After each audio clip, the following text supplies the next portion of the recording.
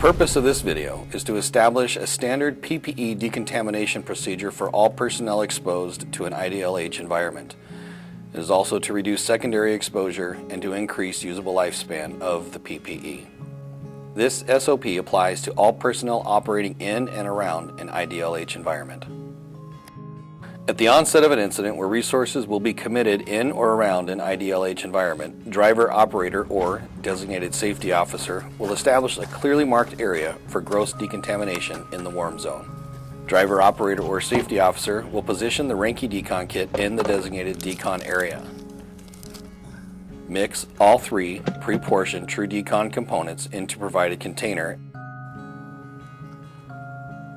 agitating for several seconds.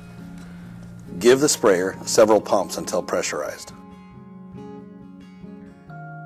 Lay out 4 chemical-resistant gear bags with fire wipes, zip ties, and refuse bag set near bucket. Personnel exiting the IDLH environment will proceed to designated decon area prior to coming off air and prior to entering rehab or recycling. Using the buddy system, personnel will use provided brush to remove any large debris that may interfere with the application process.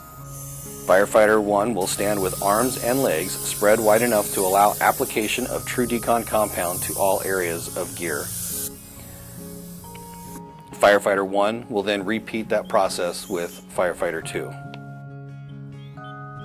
Firefighters will wait a minimum of 3 minutes to allow binding and wicking action of compound to begin. If incident is terminated or personnel will be leaving the incident, remove gear and place in chemical-resistant gear bag